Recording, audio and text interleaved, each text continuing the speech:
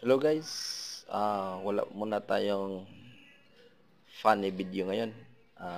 Nabisi ako guys dahil first time ko itong magtinda sa Paris dito sa highway.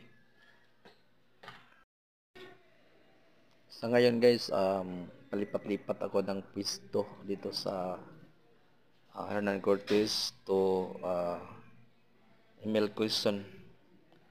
Dahil hindi pa ako nakakita ng pwesto na para balik-balikan ko. Kaya nga